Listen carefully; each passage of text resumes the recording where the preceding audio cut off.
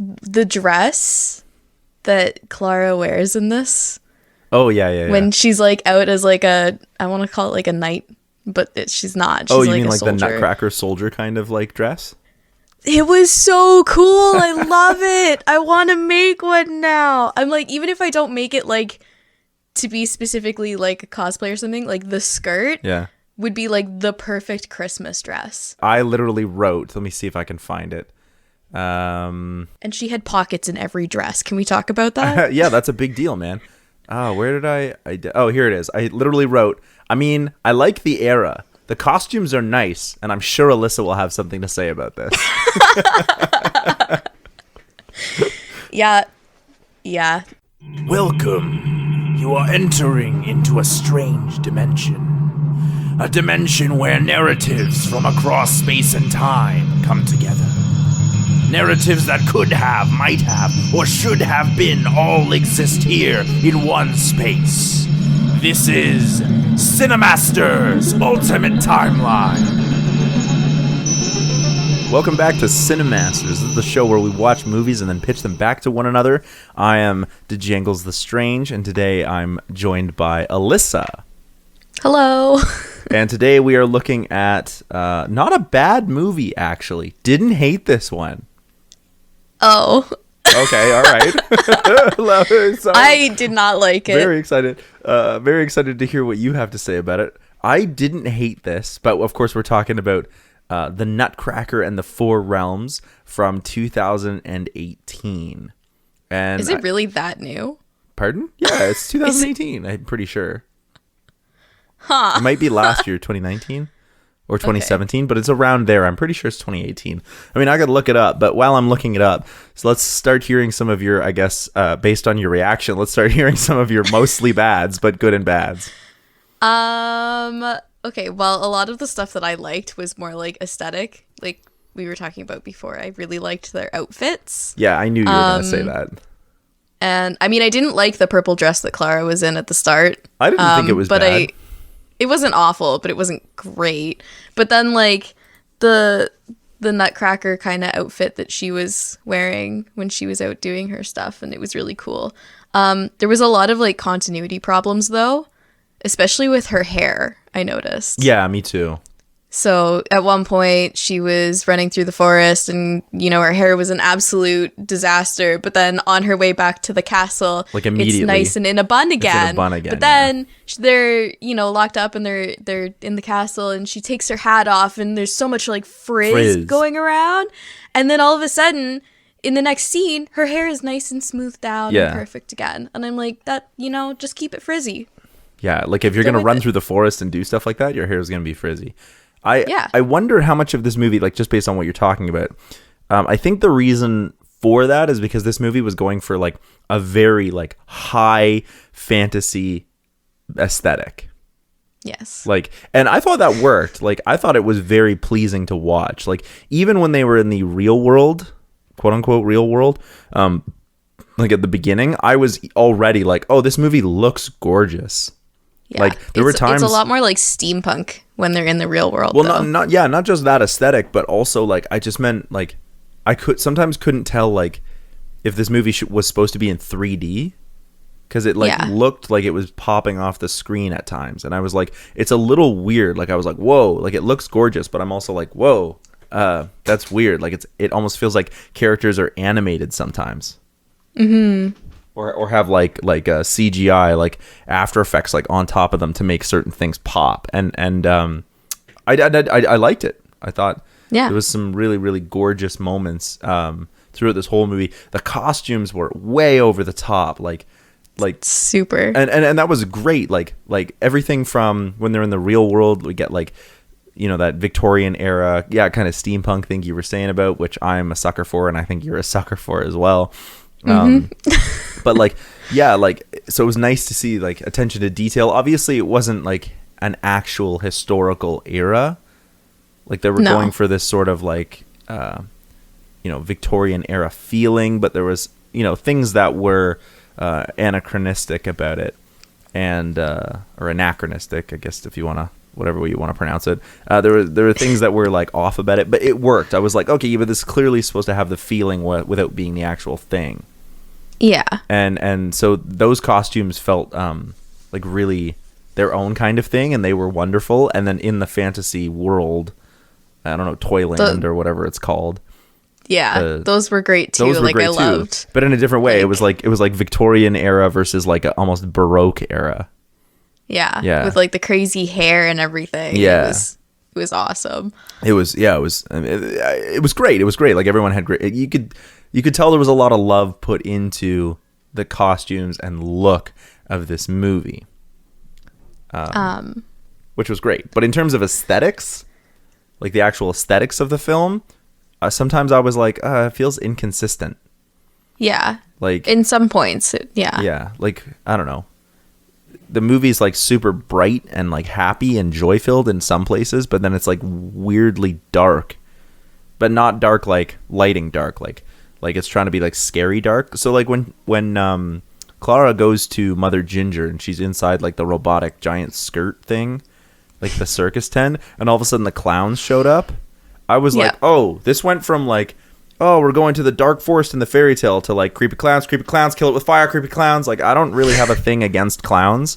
I think there's something to do with the anonymity of like wearing face paint or a mask that makes clowns inherently weird. But like those clowns were freaky and the music wasn't helping. And I was like, what's the purpose of this? What purpose does this serve? Like, it's just weird. Yeah, I didn't really know why they were acting the way they were. So have you watched any other like Nutcracker films or... Yeah. You're familiar with like I'm familiar with the story. This is a weird version of the story. I'm familiar with the ballet too. But this is a weird version of the story because I think it's supposed to be a sequel. Maybe. But like so so there's the weird thing that happens here. So like E.T.A. Hoffman wrote The Nutcracker. Yeah. But it's like spooky scary. It was considered like intense and like not really for children at the time. So then another French author whose name I can't remember off the top of my head came along and rewrote it, and that's the version that like we're most familiar with, and that's the version that Tchaikovsky wrote his ballet on. Yeah. So at times I'm like, okay, like in the play ballet version and the version that everyone's most familiar with, I think Clara is the name of the main character. But in the original, like E.T.A. Hoffman, the main character is named Mary, who is Clara's mother.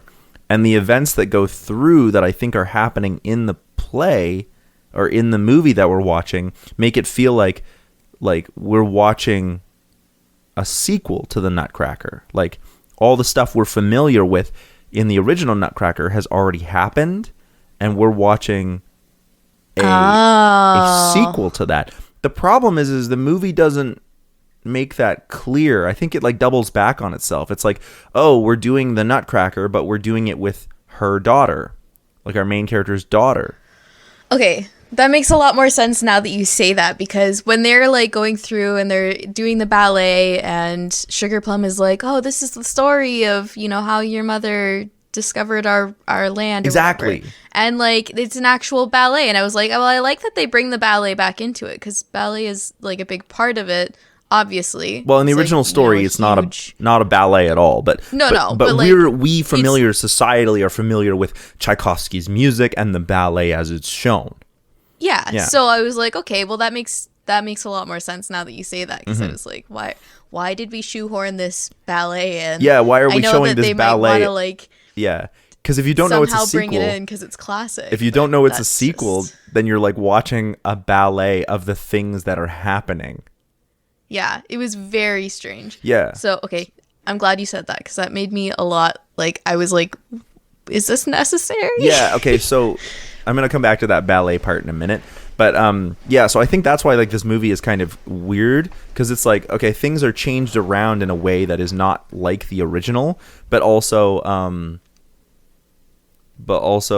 it feels like it's trying to tell the story of the Nutcracker. But I don't think it was. And I kind of wish it had been, like, we're going to tell a sequel, like, and been clear about that. Like, this is, you're familiar with the Nutcracker. What happened to the realm after? Yeah. Well, and in the original, it was the Rat King that was, like, the big problem. Whereas in this one, they painted it as Mother Ginger was the big problem. Yeah. Now, we'll go back to the ballet thing. I didn't mind having the ballet in there, but I thought it was a pace killer. Yes. So we have this whole awesome, now we have a problem. Mother Ginger has the key. We're going to go to the castle. You can't go to Mother Ginger because it's scary and wrong, and she's the big bad. And so instead, we're going to just throw a big party now that you're here, and we're going to have a ballet. I love the integration of ballet into the Nutcracker. The Nutcracker is most famous societally in the zeitgeist as a ballet, so I think that integration is great, but not at the detriment to the detriment of a story, right? It's such a pace killer. I'm like, this is gorgeous, and the ballet is really well done. It's fine. The music is iconic, but not now, not here. Mm-hmm. There could have been other places for it. Precisely. It just couldn't. Even telling the same story with that same ballet is fine. It just shouldn't have happened here. It's a pace killer. Yeah. Which is so disappointing. I will say that I thought the twist was pretty good. You thought the twist was pretty good? I saw it coming from a mile away. I started to see it coming because, like, they present it pretty well with, like, Mother Ginger's clearly not the bad guy. That was so obvious, like, even from the beginning. But I never thought that it was going to be Sugar Plum. That was going to be, like, the villain. I thought it was going to be one of the other. What are they called? Lords? Yeah, I guess the realm leaders. Yeah. I also was like, oh, cool. Like, I did not see that coming, especially because I found Keira Knightley's portrayal at the beginning as Sugar Plum. I was like, oh, you're gonna ruin this movie for me because you were just so over the top. Like, you're having way too much fun with this. I kind of wish she had toned it down just a little bit, because it was a bit much. But when the twist happens, I was like, okay, you know what? Okay, like, I can get into this.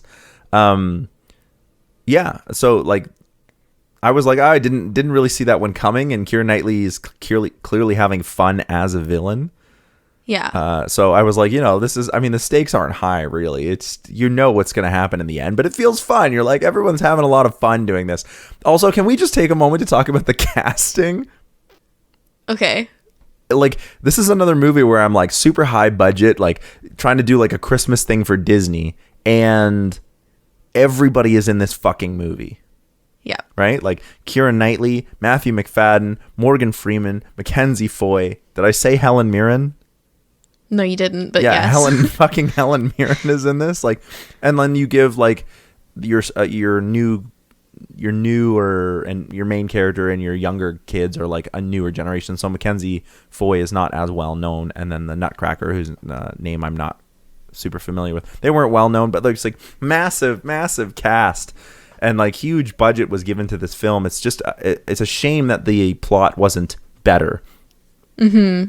I'm not saying it was terrible. I had fun watching this film. I was like, this feels fantasy and like childlike, and I'm filled with wonder, and I feel like that's what the Nutcracker is supposed to be. But I wouldn't say like I was like overly invested. Like, you knew what was going to happen. Yeah. Yeah. Yeah. Well, and I think I'm just a pessimist because anytime there's like an overabundance of joy in one part of a movie, I'm always like, something evil is going on here. Yeah. Yeah. Like always. But yeah, like, man, there was like cameos out the wazoo of different people. I did like that the like castle was like Russian inspired architecture for Tchaikovsky's sake. I'm just trying to go through like all my little things. I literally wrote, and now a dance break. What? Oh my God, a fucking dance break. Yeah. Suddenly I'm not so sure you're gonna like my pitch. So, like the original, it takes place at Christmas, but is kind of tangential to Christmas. Like it's more about the feeling than it is about actually being about Christmas. Yeah. Oh, at the very end, I felt like it was pretty rushed. Like at the end, like we were just trying to like, oh, let's get Clara out back to the real world, and they just kind of did that. Like, okay, off you go. Yep. And then, when Helen Mirren talks to you, you don't ignore her. Like it's Helen Mirren. Mm-hmm. So, I just felt like, you know, Clara's like, oh, I'm gonna leave, and I was like, dude, you're not gonna listen to Helen Mirren. Anyway, the last thing that I thought was crazy was like when Drosselmeyer, that's Morgan Freeman's character, was like, the greatest thing that your mother ever made was you. And I was like, yeah, not your two siblings. Fuck. I was literally like, I actually, in my notes, I put, was her mother just like blatantly like favoriting only one of her 3 kids? Like, yeah, that's I love my awful. middle child, my middle daughter, my second daughter, my middle child. She is the most bestest. Louisa is, you know, full of vanity and shit, and Fritz is, I don't know, barely in this movie, so fuck him. Like, yeah. I ended up having a lot of questions while I was watching this movie. So yeah, I don't know where this one came from, but like, where did she get all this information about like the Rube Goldberg machine and like the Newton's laws of physics and stuff like that? It's like, where did these come from, and why does she know? Like, it's just, I don't know. Because we don't actually get to like know where she gets this information from. Yeah, the second thing that I wrote was, oh no, the science girl trope. Yeah. I'm all for, you know, women in STEM and mathematics and all that stuff, but you can't just be like, oh, this is the smart girl, because there's nothing to it. Like just showing that they know stuff doesn't show that they have an interest in it. It just makes them out to be almost a Mary Sue. Mm-hmm. That one was annoying. I was like, luckily this movie doesn't like beleaguer that point too much. It's important, but it wasn't like, I don't know, right out of the gate I was like, oh, really? Yeah. And somehow she just knows how all of these super intricate machines work. Yeah. And I was like, ugh, no. Also, there was a point in time where like she's at the party and she's walking across the dance floor while other couples are dancing, and I was like, dude, walk around. Like, you don't walk through a dance floor. That's a party foul. Yep. My other 2 questions that I had was, how is the Nutcracker a nutcracker? I don't think there's a Nutcracker in this movie. He doesn't look like a nutcracker, but apparently he is the last Nutcracker. Who? What's his name? The captain? I want to call him Jeremy. Yeah, the captain. Jeremy. And what is his name? Not Jeremy. I don't think that was his name. Yeah. The captain, I don't think he was supposed to be the Nutcracker. He's like said he was the last Nutcracker. But there were like other Nutcrackers. We saw them. I know. I was so confused. I was like, how was he supposed to be? He just looks human. Yeah. I have to say that I really think that it feels to me like parts of this movie were reshot. Or like the script was rewritten before they went into. It's like Artemis Fowl. Yeah, like parts of it were done like either before the script was done. So I don't know how much of it was reshot, but it feels like this was like there was a story in here, and then somewhere along the way they were like, oh, we're gonna do a sequel. Actually, we're not gonna do a sequel. Yeah. So things are like set up, and then it was very strange. And then my only other question was, how did they get the rope when they were escaping the tower? Where did it come from? The curtains. I don't know. I guess. I don't know. Yeah. Oh, I thought it would. I don't know why I thought this. I just thought it would be super funny if, like, when Claire opens the egg, like she finally gets the key and opens the egg, and it's just filled with like beans. Oh my god! I don't know why. Like cooked beans or like jelly beans? You know, like fried beans. Oh no! Like just filled with like classic British, you know, beans. Oh my god! I don't know why I thought that was so funny. It was just like it's beans. Like I just imagine Clara being like the captain being like, "What's inside?" And she's like, "It's beans." But no. I did think like there was too much. they were trying to make some parallels with like, oh, it's what's inside that counts, and like the music box, and like it's all been done before, but it's all been done better. And I wanted this movie to work because it felt like it could have. It felt like it was almost there, and I was like, you are just so close, and you're missing everything. And but I couldn't be mad at this movie. There was something very magical about the way this movie felt. So you seem to disagree. A little bit. Yeah. Well, then tell me, what are the things that you like? What made you not like this movie then? I think it was just the fact that they were using all like the same main characters as the story, but again, it just felt really off. It was too different, I guess. But it was like different in a bad way. And there were just so many questions that I had, and none of them really got answered. Like? Well, like, just, why is this girl so smart? Like, where did she, like, just, I already said them, but... Yeah, no, the reason I ask is because those are valid questions. I'm just curious as to whether...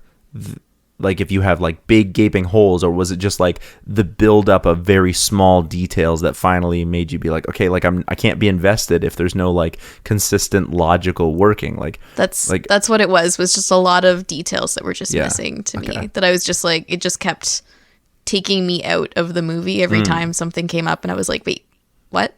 Yeah. This movie kind of reminds me, now that you bring that up, this movie kind of reminds me of the way that the newer Alice in Wonderland movies are. I don't think I've seen Tim Burton's Alice in Wonderland, and then Tim Burton's Through the Looking Glass. I haven't watched them. Okay, they came out in like 2012 and like 2017, something like that. They're live action, right? Yeah, they're live action, and they're like, I might have seen one of them.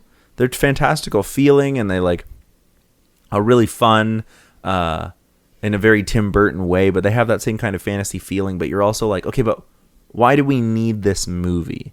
Like, as fun as this is, why is this retelling happening? Like, why would I watch this over the classic Disney animated or any other variations on this book, on C.S. Lewis's book? So, I don't know. I think it's C.S. Lewis. Yeah, I don't know either. Carol Lewis. No, Lewis Carroll. Lewis Carroll. Yeah. Not C.S. Lewis. That's Narnia. Yeah. You were right, though. It was a Lewis. I knew it was a Lewis. Spelled differently, though. Yeah. Yeah, so, I mean, there's a couple other things. The rat golem, like the swarm of rats.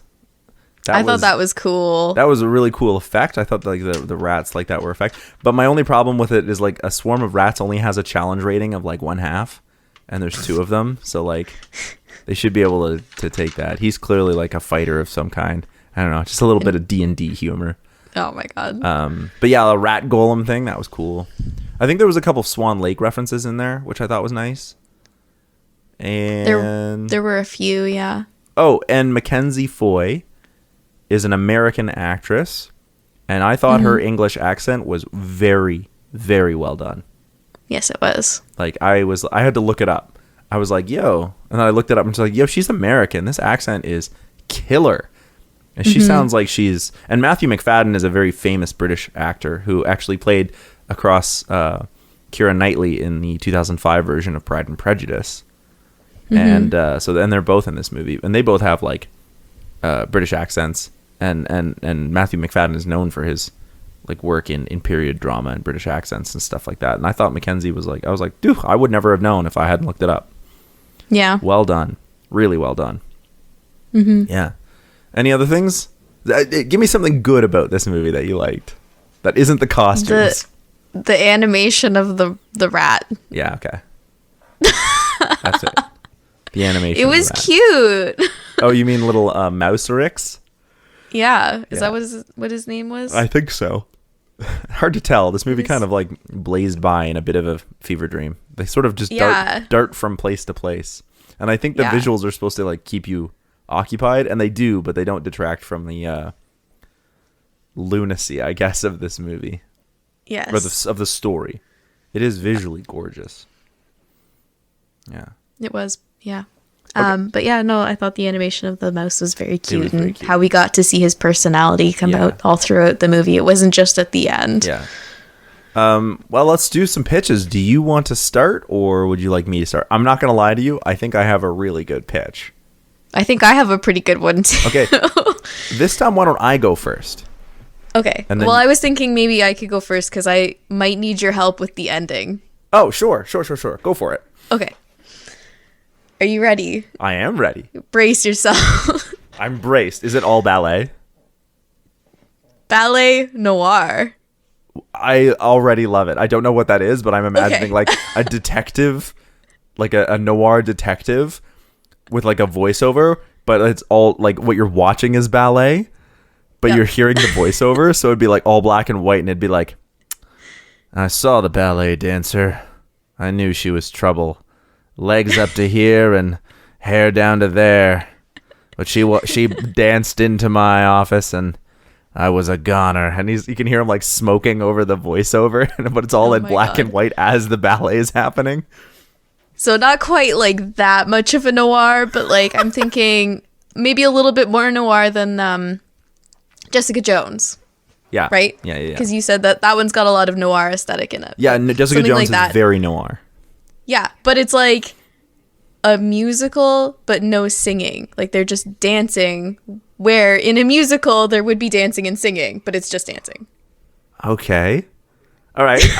I think no. It's a weird concept, but I think it could work. I think it would. I just have to see it. That's why. Yeah. So the story really wouldn't change that much, except instead of being your cliche like science girl, it would be that Clara is more of a, detective. She wants to learn noir things. She's very detective. curious. Yeah.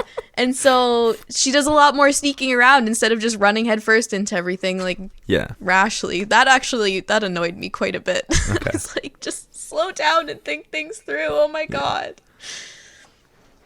Okay. Whoa. But it's also Dropped like my book. it's also strange because I'm at times I was unclear as to how old Clara was supposed to be. Yeah, Or was Clara, she I like guess. 10 or was she like Yeah, 15? Sometimes it feels weird. Like I'm like, okay, you feel like you're supposed to be somewhere between the ages of like 12 to 18, but that's a large age range. Like, It is. I need some kind of. I don't need to be told like, oh, she's straight up this age, but it feels like there's some like inconsistency in terms of characterization of ages and stages. Yeah. Yeah. So I would have put her more like 15 in my ballet noir of the Nutcracker. Okay. So I would still starting from the top. The introduction kind of Clara's mother being dead and stuff, that would stay the same. And it's just her and Fritz. There is no sister because in the original there is only her and Fritz. Yeah. I guess I can't really call it the original, but in the most popular version. And so yeah. And I thought that it would be really interesting to see like Clara telling Fritz like a scary mystery story and like seeing if he can get all the clues that she could, but he's obviously just like, why are you telling me this? I don't care. But anyways, so the same stuff happens where they get the gifts. They go to the Christmas ball or whatever it is, and there's still like that same tension between Clara and her father. And then at the party, Clara is lost in her old world, or her own world. I didn't really write down where these dance numbers would happen. I just kind of assumed that they would happen.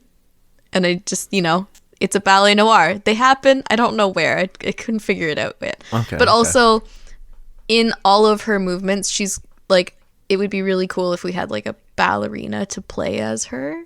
someone who's like very graceful in their movements, so that even when it's not a dance number, you still see.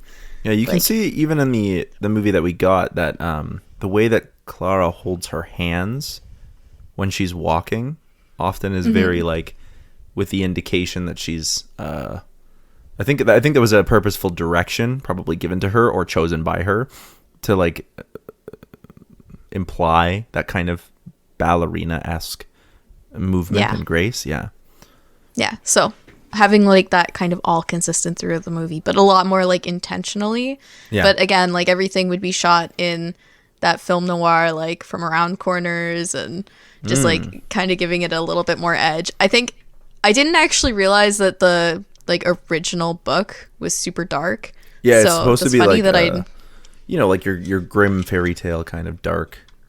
That's what I got out of it when I did the bit of research. Yeah. So anyways, she runs into her godfather, and they actually, I'm going to have it so that, they actually dance together. She's hanging out with her godfather, and she's like, I have all these problems. Dad doesn't seem to know or like to care that, I'm hurting because mom's gone and whatever. And they have like this chat while on the dance floor. And then the party commences, the gifts are given out, but instead of ropes, and it's actually just like a card. They're like cards on the tree, and the kids have to go and find their card and pick it up, and they're like little clues and locations that you have to go to. And so most of them, for like a lot of the younger kids, it's like, oh, go check underneath the dining room table. But like for some of the older kids, or like Clara specifically, it's more like difficult to find. Like the clues are a lot riddle, more like a rhyming riddle, like a riddle, yeah. So then we actually get to see Clara's brain in action of like, okay, how do I find this? Where is this? Where am I going? I really liked the red room with the freaky wallpaper that changed from an owl to a rat. That was really cool. Was cool. So I kept that in. That specific room. Aesthetic. So, she goes in through the door, and then she goes into another door, which is actually a door into the forest. Almost like a cupboard? Almost like a cupboard, yeah. That she like goes into and then steps out into a snowy magical world. Yes, but she can actually... Narnia. Yeah, basically, but she can actually like turn around and go back through. It's not. Yeah. And so she's like, oh, there's my box sitting in the snow, not in a tree, just sitting in the snow. So she's like, she's first of all very curious about like, why is this door just standing in the middle of this place and how did I get here? But then she's like, okay, well, I'm just going to grab the box and go. Like it's too weird for me. I want out. Right. But then as she goes to pick up the box, the mouse pops out of it because the mouse had like chewed into it or something. And it's got the key to the egg that she received from her mother. And she's like, oh my God, I need to get it. So the same sort of chase scene, except it's a dance. So you're putting the dances in well. It works. Well, this is the only one that I've actually like thought about where I would have it. Yeah. I guess this and one other that we'll get to later. And then, so I'm going ahead of my book. I've got it all up here. Do it. So she is on her way. She tries to get to the mouse, and then it goes across the river. Except there is a large wooden nutcracker standing in front of the bridge. Like it's actually there, and it's actually like blocking, it looks like those awkward, weird tin soldiers from the movie, but like a wooden nutcracker, because I needed a nutcracker in a movie titled The Nutcracker. Yeah, man. And so she's trying to find a way past, and it wakes up the nutcracker, and he's like, whoa, you cannot go. Like, this is a war zone, right? We have to, you can't go. And so she's like, all right, there's the mouse stole my key. I need the key. And then she tells her name, and the same sort of thing happens. But he's like, I know that you're the princess, but you don't know what's happening over there. You cannot go. So she's like, okay, fine. We'll get some soldiers and we'll come back later. And he's like, that I can agree to. So they go to the castle. They don't go into the forest at all. They go to the castle. They meet everyone. And and like the first thing she says is like, all right, lay out the facts. What is this place? How do you know who I am? How do you know my mother? What am I doing here? And so they're like, they can answer the first 3 questions, but then the last one is just like, well, we don't know why you're here, but maybe it's because you need to help us with the war. Did you have something to I was going to make it in Letterkenny. They say, we always say like who, what, when, where, why, how, right? Yeah. But in Letterkenny, they go, W-fucking-5. Yeah, so basically that. So then they tell Clara about her mother in the 4 realms. They don't really know why she's here, but, Sugar Plum comes in and she's like, oh, maybe you're here to help us fight the 4th realm. And so the thing is that I really wanted to instill a lot of, like, caution in this. So, every step of the way, Clara's second-guessing everything. Asking questions, yeah. Asking a lot of questions. And so she's like, okay, well, maybe tell me more about this war and we can figure it out, right? So they chat about it and Sugar Plum shows Clara the machine and Clara's like, well, what if you don't need soldiers? Like, I'm sure there's got to be a way to, like, talk about it. Has there been any, like, conversation between you, like, the 3 other kingdom or realms and Mother Ginger? Has there been anything? And they're like, well, we try, but every time, she takes out our soldiers, we don't know how true that is, right? So Clara's like, okay, that could be valid. I don't know.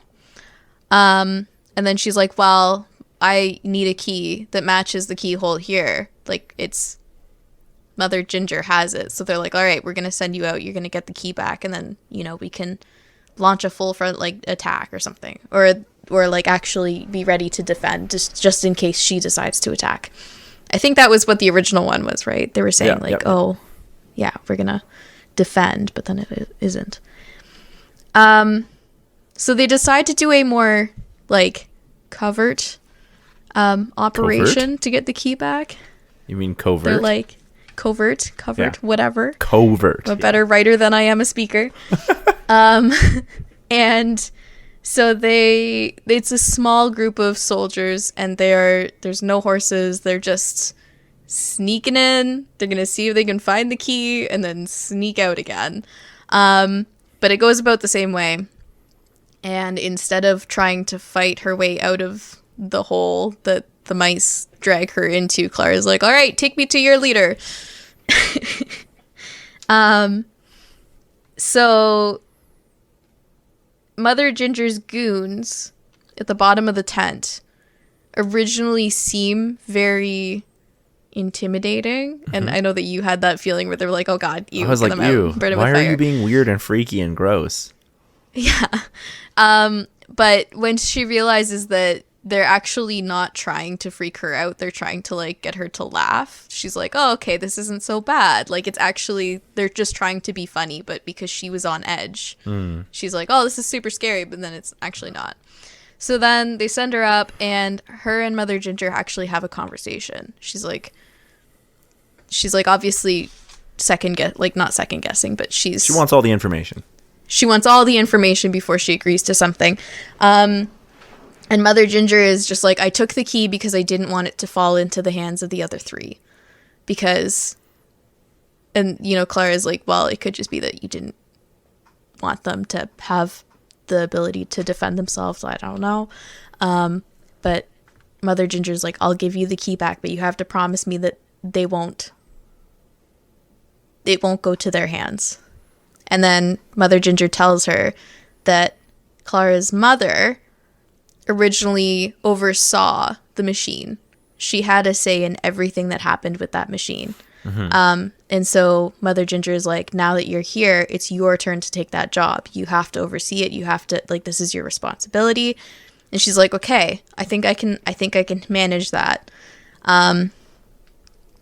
So Clara and all of the soldiers get sent back. The soldiers are like sent back to the bridge or whatever, and they all, you know, they're like, well, what happened? We're alive. Oh my God. And then Clara's just like, well, yeah, she didn't want to hurt you guys. Like, let's go.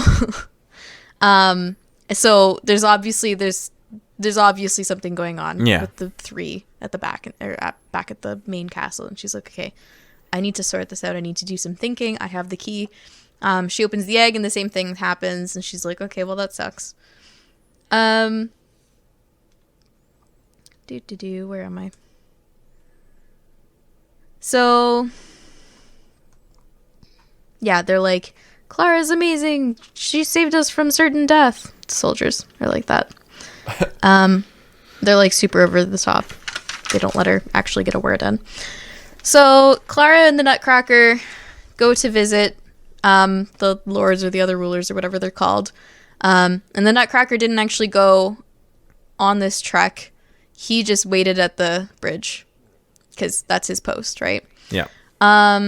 And so the other lords or rulers, they're like, oh, yay, we can build an army. We can keep ourselves safe. And Clara's like, well, let me think about it more because I think this is going to be like, you know, this is what my mom did. This is what I've got to do. And make sure that it's not going to be like a full out war. Like, let's sit down and think about it a little bit more before we start building an army. And Sugar Plum is like, yeah, go take a rest. We'll discuss it in the morning. But then in the middle of the night, Sugar Plum sends out her personal guards and captures the two other lords and Clara, and they're all like, oh no, now what? Betrayal. Yeah. So now Sugar Plum has the key and has started building the army. And we see that, but the others don't. They've been captured. The others don't. Yeah, they just kind of assume that that's happening. So I was really unsure of how to do the breakout without the Nutcracker and without the rope, but it happened somehow. I couldn't figure out how to make it actually happen. And I wasn't just gonna be like, yes, there's a rope and a weight. Surprise! And yeah, so Clara actually comes back and lets everyone else out. And she's like, go raise hell. You know, they're gonna go distract the guards. Yeah. Well, she goes and meets with Mother Ginger. And together they're like sneaking around and trying to find Sugar Plum so that they can get the key back so that they can stop whatever she started, because they are seeing tin soldiers around the castle. And then this is where the other planned dance happens, that I had in my brain was kind of like a fight scene between, not really a fight scene, more like an action sequence. An action sequence between Sugar Plum and Clara, where Clara is trying to get the key back, and Sugar Plum is like, no, I will capture you and you'll be forever imprisoned here and whatever. And Clara's, you know, trying to talk her out of it and use her brain. And then she ends up getting the key back because I couldn't really figure that part out. I had an idea for it, but it never really worked. That's okay. So I just, yeah. But she goes and turns the machine off. And then this is where I was like, I don't know what to do after this. Because again, in the movie that we just watched, it felt very rushed. There was no good transition from the end of the main conflict to like getting Clara home again. But I know that I do want it so that her and Fritz are having a conversation in like parallel to what they started with, but she's telling the story of what just happened in the Four Realms. Yeah. And he's just like, why are you telling me this? This is a lot more different from your regular stories. Like, and she's like, well, this one's different because it's real. Ooh. And he's like, no, it's not. Bitch, please. Yeah. No, yeah, I think that all works. I think that's great. I think the weird thing I think you'd have to work out is that generally speaking, when you do movies that are dance or musicals, you need a lot of big camera angles, like wide frame camera angles to fit everything in. And so like when you try to mix that with noir aesthetic and the tight camera angles from behind things, that might be difficult. Not undoable, but you'd have to really think about how you want to pull that off. Well, the noir part would really come in like when she's sneaking around, but we see like the dancer's grace when she's sneaking around, and maybe she like does a couple twirls. I don't know. Well, I'm just wondering like how you want to pull off that noir aesthetic. Like you can do that through like lighting, through music, through camera It would be angle. like lighting, music, and camera angles until the big main events happen, which would be a little bit more like more in depth and big action. Yeah, you could even do some of your battles as dances as well. That's kind of what I was planning on, because there are actual like dances and stuff where they do that. Yeah, which is it's really supposed cool. to be depicting like a fight scene, but it's actually just like they're dancing with swords and stuff, and it can work out really, really well. Yeah, no, I like the idea. I think doing a noir ballet or noir musical would be so different. Like who would ever do that? And that's what makes it so interesting. I mean, which is why I was like, I'll be honest, I finished watching the movie and the very first thing that came to my mind when I started writing was just like ballet noir, and I was like, you know what, I'm not gonna fight it, let's just go with it. Because noir does often have music in it. Like there's often a big scene where your like femme fatale has like a sultry dance or sultry song at the local speakeasy. You know what I'm talking about? Mm-hmm. And you're like, oh, okay, like, but it's always like piano and mood and with an upright bass and a lot of jazz in there, which is fine. Finding a way to turn like Tchaikovsky's big numbers into like a jazzy kind of, it would be cool. I think it would be really cool. I think you'd have a lot now of I want to pick who up, would hate you. I'm gonna go and learn how to play piano really well so I can do this. I think, like I said, I think you'd have a lot of purists who would hate you. Oh, 100%. But I think why not? Give it a try.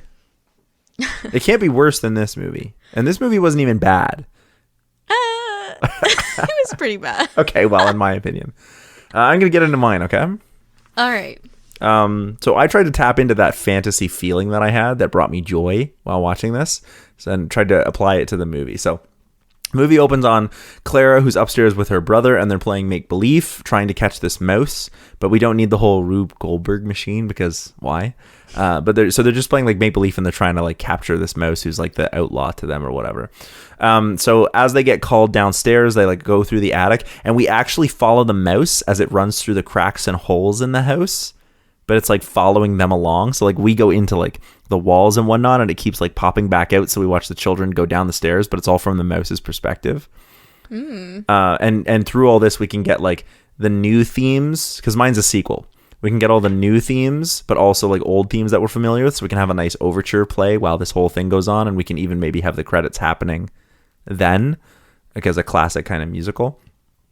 And then finally, like the kids are downstairs or whatever, and they like, the mouse like jumps out through like a crack and appears to like go outside or somewhere. So from here we can see that the two children are upset. There's only two in mine as well. Two children are upset at the prospect of their first Christmas without their mother, who's passed away. And that night their father gives them each a gift that their mother wanted them to have. So Clara gets a single strange egg, but with no key, and the letter that says the answer lies within, if you want to get Dream Theater about it. And Fritz gets a nutcracker, a wooden nutcracker.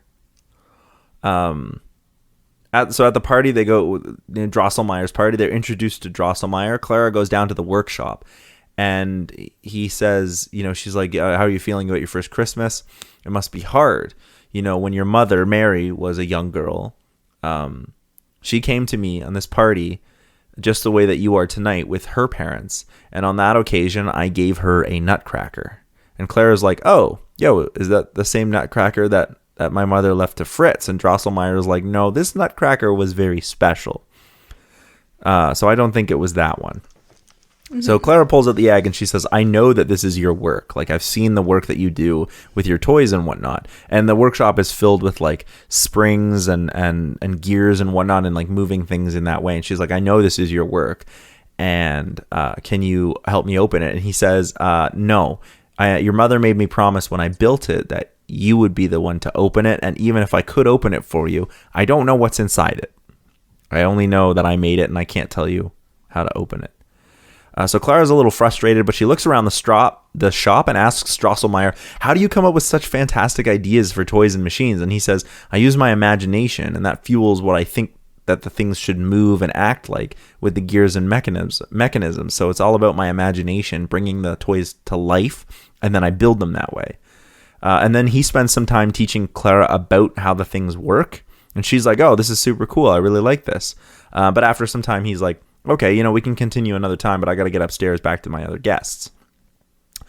She heads back upstairs as well and bumps into her father, who's like, yo, where you been? And she explains, like, I was down with Drosselmeyer. He's disappointed because she's now the, like, oldest lady in the family, now that her mother's passed away.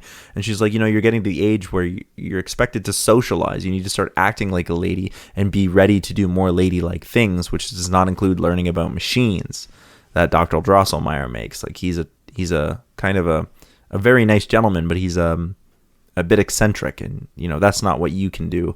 You have to be like a lady. So the two of them argue, and Clara's like, no, go away. And so basically the same thing that we got in the movie. She runs into Fritz, who's playing with his gift. So Drosselmeyer announces he's giving the gifts out. Fritz is playing with his gift while Clara is looking for hers, and his gift is a stuffed animal, which he's using in tandem with the new Nutcracker his mother got him. And Clara's like, wow, Fritz is very young. Well, not super young, but young. Clara comments he's so engrossed in his own imagination, the toys almost feel real to him. Mm-hmm. So here, Clara finds the key, but it's stolen by the mouse, from the beginning. She changes him until she comes across a wooden nutcracker that's lying in the snow, but it's just a nutcracker, an actual toy nutcracker on the ground. And she picks it up, and he's like, yo, what's the big idea? And it starts talking and moving, and it's got gears on the inside. And so it's be able to move, and it turns out that this was Drosselmeyer's gift to Clara's mother, and it's a wooden nutcracker, but it has gears that let it move around, and it's toy size but can talk. So it tells her that she can't go into the fourth realm, and instead you got to take me to the castle. I've been trying to get there, but my legs are so short now that I can't get there. So on the way to the castle, Clara's just carrying this toy nutcracker, and he tells the queen came here and made this whole land, but all of a sudden she's been gone for a long time now, and now some of the toys have started, or some of the things the people have started turning back into toys, and they don't know how to bring them into people again. So he's like, I'm a toy now, and I don't know why. Nobody knows why. It's just happening. So while they're on their way to the castle, they're interrupted as the Rat King shows up, and he's actually a giant rat, and he's in a king's uniform, and he has a bunch of his rat soldiers who are also in soldier uniforms, and they start chasing them down, and they make it to the castle just in time, and they're there safely. In the castle, we're introduced to the Sugar Plum, the Flower Dude, and the Snow Dude, and they say the Rat King and the mouse who stole the key, who works for the Rat King, are all part of Mother Ginger's plan. She's the fourth ruler who's become a wicked kind of witch. She's found a way to make all the residents and the people in the land turn into toys again, back into their toy forms. And when Clara's mother, she found a way to bring the toys to life and make them real people using this machine called the emotion engine. And as soon as I came up with that word, I was like, the emotion machine! You have to do it with that kind of Frankensteinian kind of verve. So it's a big looking engine that brings toys to life, but without the key, no one can make it work. So it's basically dead weight. Stupid emotion machine. So Clara decides that she's going to take a few soldiers and go after the key, because she wants to get it back too, and so she can help, the people who were her mother's friends. So they go to the fourth realm. She takes the Nutcracker soldier with her, because he's like, yo, take me with you, but he's still a Nutcracker. And along the way, they're stopped by the Rat King and his army, so they begin to fight, and we can see Clara actually is not a good fighter, but she's we can do this, and is trying to help. But it's actually, this is all really a distraction so that Clara can get around them to Mother Ginger rather than actually fighting with the rats and the soldiers. She finds Mother Ginger and steals the key while Mother Ginger is trying to explain that something is wrong, but Clara is I'm not listening to you. When the soldiers begin to overtake the army, it looks like Clara's on her way back after having stolen the key. It looks like they're about to overtake her as well. But she holds the key as close as she can, and then she calls out to the Nutcracker soldier, who she dropped in the fight. And as she's being carried away, all of a sudden the rat soldiers are stopped and defeated by a full-sized human version of the Nutcracker. Somehow he changed back. He's human now. So before they enter the castle, Clara uses the key on the egg, and it turns out it's just a wind-up music box, with the key being like the wind-up part. And there's nothing inside, and so Clara's like confused and hurt and disappointed, and it's not filled with beans. But she recognizes the tune, and I think this would be an awesome place to have like a classic rendition of like one of the Nutcracker songs. Not as a dance, but just like, oh, yo, there's that theme. So back in the castle, they give the key to the Sugar Plum, who then starts turning all the rat guards back into toys. And rather than turning those who've been changed back into humans, she starts turning the rats into toys. And it turns out they're just like stuffed animals. They're just like little squeaky stuffed animals. But now they can't really do anything now that they're toys. And it turns out that Mother Ginger hasn't been turning people back into toys. This has been happening due to something else. But the Sugar Plum Fairy is like, well, I'm going to use anyone who doesn't trust me, who doesn't think that I should rule, into toys anyway, using the emotion machine. So she does this to anyone who tries to stop her. That includes the other rulers of the realms and the Nutcracker, and the Rat King soldiers and the Rat King. And she basically is like, I'm going to rule this the way I want, because nobody seems to want to do anything about what's been going wrong in the kingdoms, and there's no more queen, so I'm going to do things my way, and if you don't agree with me, you'll get turned into a toy. But the only person who can't be turned into a toy is Clara, obviously, because she's not a toy. So she gets locked up, but manages to escape, and she's like trying to sabotage the emotion machine. Like she's like, and so she's sneaking around, and she looks at the emotion machine. She's like, I can stop it. And she like looks at it, and she's like, this thing is not even working. Like somehow the Sugar Plum Fairy is using the machine to turn, the people of the land back into toys, and the machine's not actually on. So how is she doing this? So Clara remembers the letter that her mother had, and she looks at the egg, and it's like everything you need is inside, and she's kind of desperate for help. So she smashes the egg on the ground, and she sees like all the like different parts of the music box on the inside, and she's like, well, there's nothing there. She thought maybe there was something hidden inside, but she sees all the parts on the ground, and the camera would pan back, and we'd see that the mechanism that drives the emotion machine is the same as the one in the egg. And Clara's like, oh my god, it's a music box. It's just a music box. So she like looks at how the little egg is put together, and realizes that she can like fix the emotion machine based on the same thing.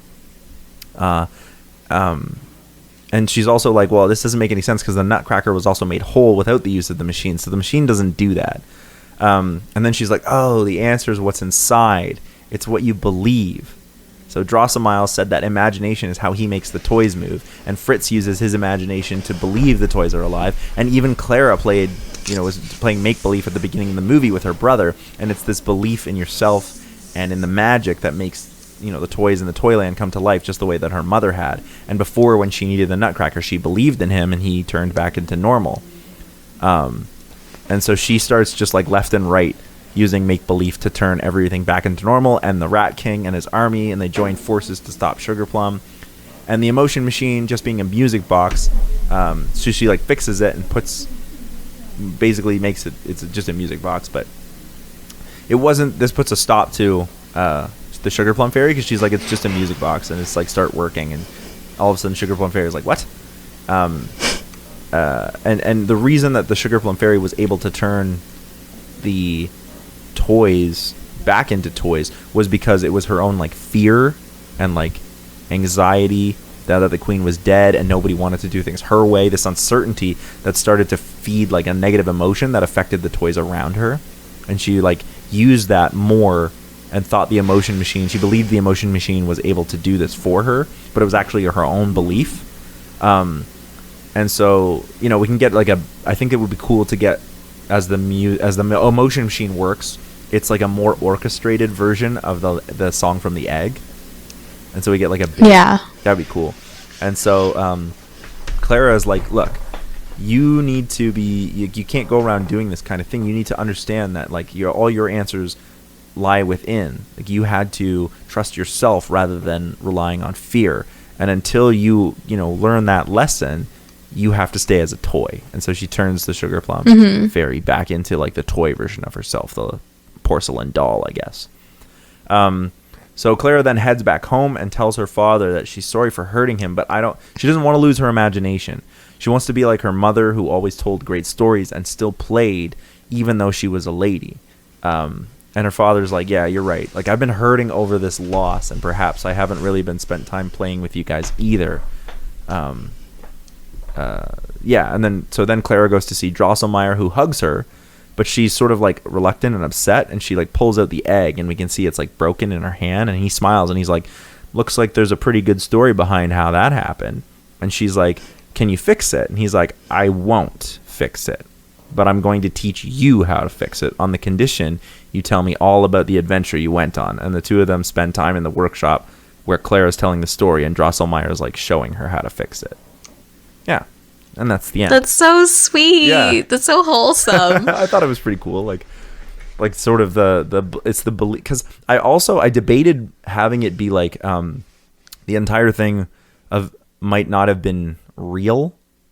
Like everything that happened in the imagination land may have actually just been like, it was a dream and Clara needed to realize that all of this was happening because she needed to believe in herself. But I also like the idea of it being real. Like she'd gone to a fantasy land and like spoke and then tells Drosselmeyer about it. And Drosselmeyer somehow like knows that these fantasy make-believe worlds are real because he's a toy maker. He brings those fantasies to life.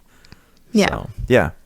And that's my version of The Nutcracker and the Four Realms. I also distinctly wanted it to be a sequel. Like Clara's mother, Mary, was the original and had gone to the Nutcracker, and that's the story we know from the ballet. Yeah.